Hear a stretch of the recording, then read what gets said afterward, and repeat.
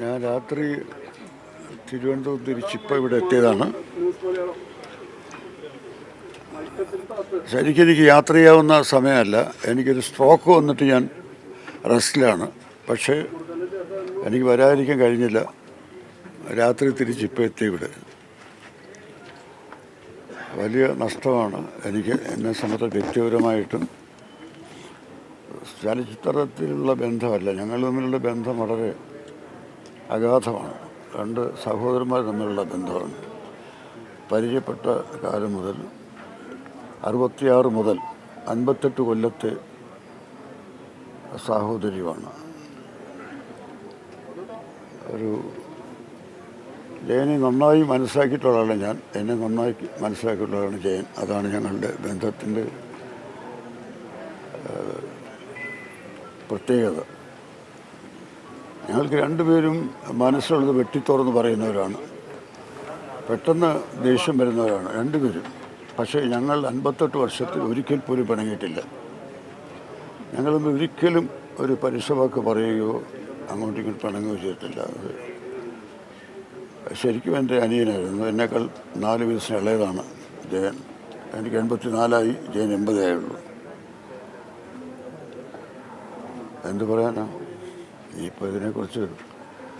അദ്ദേഹത്തിൻ്റെ പാട്ടുകളെക്കുറിച്ചോ അല്ലെങ്കിൽ എൻ്റെ പാട്ടുകളെക്കുറിച്ചോ ഒന്ന് സംസാരിക്കാൻ പറ്റിയ സമയമല്ല ഇപ്പോഴും. പ്രത്യേകിച്ച് ഡെഡ് ബോഡി പ്രതീക്ഷിച്ചിരിക്കുന്ന സമയത്ത് എനിക്കൊന്നും തന്നെ പറയാൻ പറ്റില്ല. ഒരു വലിയ ചരിത്രം അവസാനിക്കുകയാണ്. കാരണം ജയചന്ദ്രൻ്റെ പാട്ട് വ്യത്യസ്തമായിരുന്നു, വളരെ വ്യത്യസ്തമായിരുന്നു. ചില പാട്ടുകൾ ജയൻ തന്നെ പാടണം എന്നെനിക്ക് ആഗ്രഹമുണ്ടായിരുന്നു. ഞാനത് ദക്ഷിണാമൂർത്തി സ്വാമിയോടും അർജുന മാസ്റ്ററോടും അവർ രണ്ടുപേരോടുമാണ് ഞാൻ കൂടുതൽ വർക്ക് ചെയ്തിട്ടുള്ളത്. ഞാൻ പറഞ്ഞാൽ കേൾക്കുന്ന സംഗീത സംവിധായകർ അവരായിരുന്നു. അപ്പോൾ ഒരു പാട്ട് എഴുതി കഴിഞ്ഞാൽ അത് കമ്പോസ് ചെയ്യുമ്പോൾ തന്നെ ഞാൻ പറയും, സ്വാമി ഈ പാട്ട് ജയൻ പാടണം. അങ്ങനെ ബന്ധമായിരുന്നു നമ്മൾ. അതുപോലെ ജയൻ ചില പാട്ടുകൾ അതെന്താ തമ്പി ആ പാട്ട് എനിക്ക് തരാത്തെന്ന് ചോദിക്കും. എൻ്റെക്കാൾ ഇളയതാണ് എൻ്റെ തമ്പി എന്നാണ് വിളിക്കുന്നത്.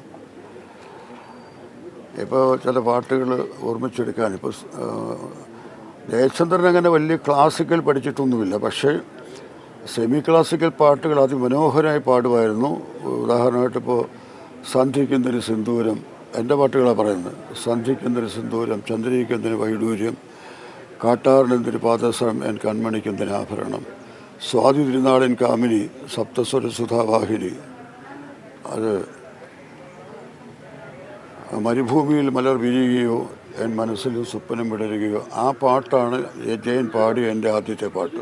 1968 ഭാര്യമാർ സൂക്ഷിക്കുക എന്ന സിനിമയിൽ. അതാണ് എൻ്റെ രചനയിൽ ജയചന്ദ്രൻ പാടിയ ആദ്യത്തെ പാട്ട്. അതാണ് സ്വാമിയുടെ മ്യൂസിക്.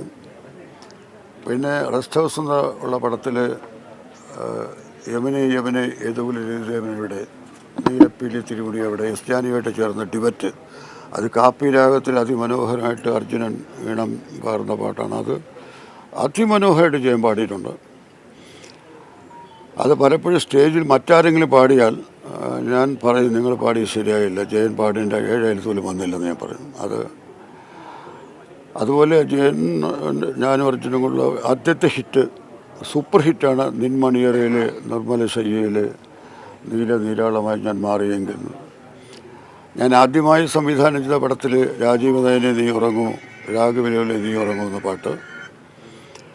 അതുപോലെ ഞാനും ദേവരാജ മാസ്റ്ററും കൊണ്ട് ചെയ്തിട്ടുള്ള ഒരുപാട് പാട്ടുകൾ. മലയാള ഭാഷ മാതകഭംഗിൻ മലർമന്ദഹാസ വിരിയുന്നു എന്ന പാട്ട്, ഹൃദയേശ്വരി നിൻ നെടുവീർപ്പിൽ ഞാനൊരു മധുര സംഗീതം കേട്ടു എന്ന പാട്ട്, ഉത്സവ കൊടിയേറ്റക്കേളി എൻ്റെ ഉല്ലാസ ദേവാലയത്തിൽ എന്ന പാട്ട്, ചഞ്ചലമിഴിയൊരു കവിത അതിൽ അഞ്ജനം അലങ്കാരമായി എന്നുള്ള പാട്ട്. അങ്ങനെ എണ്ണയെ തീരാത്ത പാട്ടുകൾ, 220 പാട്ടുകൾ ഞാൻ എഴുതി 220 പാട്ടുകൾ ജയചന്ദ്രൻ പാടിയിട്ടുണ്ട്. അതിൽ പകുതിയിലധികം ഏതാണ്ട് 3/4 പങ്ക് സൂപ്പർ ഹിറ്റുകളാണ്.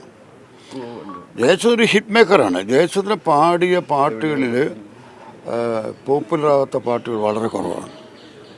അതെന്തോ നമ്മുടെ ശ്രോതാക്കൾക്ക് ജയനുമായിട്ടൊരു മാനസികമായി വലിയ അടുപ്പമുണ്ടായിരുന്നു. ജയൻ പാടുന്ന പാട്ടുകൾ ഹിറ്റാകുമായിരുന്നു. അത്ര ആത്മാർത്ഥമാണ് ജയൻ പാടുന്നത്. ജയൻ്റെ സ്വഭാവത്തിൻ്റെ സവിശേഷത ഇന്ന് ഞാൻ പത്രത്തിൽ പറയുന്നുണ്ട്. അത് മറ്റ് പാട്ടുകാരെ ഇത്രയും അംഗീകരിക്കുന്ന ഒരു ഗായകൻ വേറെ എൻ്റെ ജീവിതത്തിൽ ഞാൻ കണ്ടിട്ടില്ല. അതായത് തന്നെക്കുറിച്ച് പറയുകയില്ല. ഇപ്പോൾ ജയചന്ദ്രന് ഒരു പ്രത്യേക രാഗത്തിൽ പാടി മോഹനത്തിൽ ജയം പാടിയ പിന്നെ മല്ലികപ്പൂവിൻ മധുരഗന്ധം എന്ന പാട്ട് പറഞ്ഞ ഉടനെ ആ മോഹനത്തിൽ യേശുദാസ് പാടിയ സ്വർഗപുത്രി നവരാത്രി ഗംഭീരമല്ലേ. അതായത് അപ്പോൾ അതേ രാഗത്തിലുള്ള മറ്റൊരു ഗായകൻ്റെ പാട്ടിനെക്കുറിച്ച് പറയുകയും ആ പാട്ട് പാടുകയും, അത് ജയചന്ദ്രനെ സ്നേഹിച്ച സംഗീതത്തെയാണ്, സ്വന്തം പാട്ടുകളെയല്ല. അതുപോലെ ഹിന്ദിയിലെ ആദ്യകാല ഗായകർ പങ്കജ് മല്ലിക്, നമ്മുടെ സായിഗാൾ കാലഘട്ടം മുതൽ റഫി, മഹേന്ദ്ര കപൂർ, കിഷോർ കുമാർ, ഇവരുടെ മുഴുവൻ പാട്ടുകൾ കാണാപ്പാടമാണ്. ഒരു മഹേന്ദ്ര കപൂറും റഫിയും തമ്മിലുള്ള വ്യത്യാസം എന്താണെന്ന് പറഞ്ഞാൽ രണ്ടുപേരുടെയും പാട്ട് പാടിയിട്ട് ആ വ്യത്യാസം പറഞ്ഞു തരും. അതുപോലെ തമിഴ് SP ബാലസുബ്രഹ്മണ്യത്തിൻ്റെയും PB ശ്രീനിവാസൻ്റെയും ശബ്ദങ്ങൾ തമ്മിൽ വ്യത്യാസം എന്താണ്, പാട്ടുകൾ തമ്മിൽ വ്യത്യാസം എന്താണ്, TM സൗന്ദരരാജൻ്റെ പാട്ട് എന്താണ്. ജയൻ ഏറ്റവും അധികം ഇഷ്ടപ്പെട്ടിരുന്ന ഗായിക P സുശീലയാണ്. അപ്പം ലതാ മങ്കേഷ്കറിനെ കുറിച്ച് പറയാം, ലതാ മങ്കേഷ്കർ വലിയ പാട്ടുകാരാണ്, തീർച്ചയായിട്ടും വലിയ പാട്ടുകാരാണ്. പക്ഷേ എനിക്ക് സുശീലാമ്മ ആണ് ഇഷ്ടം എന്ന് പറയും. അത് പറയാൻ ഒരു മടിയില്ല.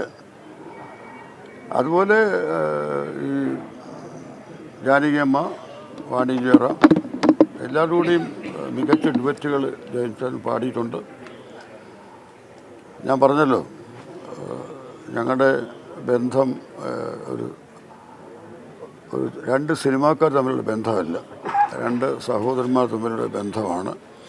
അതിന് ഞങ്ങൾ തമ്മിൽ കൂടുതൽ എടുക്കാനുള്ള കാരണം ഞങ്ങളുടെ രണ്ടുപേരുടെയും ജീവിത പശ്ചാത്തലം ഏറെക്കുറെ ഒന്നാണ്. കാരണം വലിയ ജന്മിത്തറവാട് തകർന്ന വലിയ ജന്മിത്തറവാട്ടിൽ ജനിച്ചവർ ഞങ്ങൾ രണ്ടുപേരും. അപ്പോൾ അതിൻ്റെ ചില ദോഷങ്ങൾ ഞങ്ങൾക്ക് രണ്ടുപേർക്കും ഉണ്ടായിരുന്നു. അതാണ് പെട്ടെന്ന് എല്ലാം വെട്ടിത്തുറന്ന് പറയുന്ന സ്വഭാവവും പെട്ടെന്ന് മുൻകോപം വരുന്ന സ്വഭാവവും അതിൽ നിന്ന് കിട്ടിയതാണ്, ഞങ്ങളുടെ ആ ബാക്ക്ഗ്രൗണ്ടിൽ നിന്ന് കിട്ടിയതാണ്. അത് ഞങ്ങൾ പരസ്പരം പറയുകയും ചെയ്യും. ചിലപ്പോൾ ഞാൻ പറയും, ഞാൻ എൻ്റെ ദേഷ്യമൊക്കെ മാറ്റി മര്യാദക്കാരനാവണമെന്ന് വിചാരിക്കാമെന്ന് പറയും. എന്തിനാ തമ്പി, അത് തമ്പിയുടെ ഐഡൻറ്റിറ്റിയാണ്, ഒന്നും മാറ്റണമെന്ന് പറയും ജയൻ. അതാണ് ജയചന്ദ്രൻ്റെ സ്വഭാവം. ഏതായാലും പിന്നെ ഒരു ആശ്വാസം എന്താണെന്ന് എനിക്ക് ഒരു സ്ട്രോക്ക് വന്നിട്ടിരിക്കുകയാണ്, ഹൃദയത്തിനും പ്രശ്നമുണ്ട്. അപ്പോൾ അധികം താമസിയാതെ ഞങ്ങൾ ഒന്നുചേരും. അതുകൊണ്ട് വളരെ കൂടുതൽ ദുഃഖിക്കേണ്ട ആവശ്യമൊന്നുമില്ല. We will be there.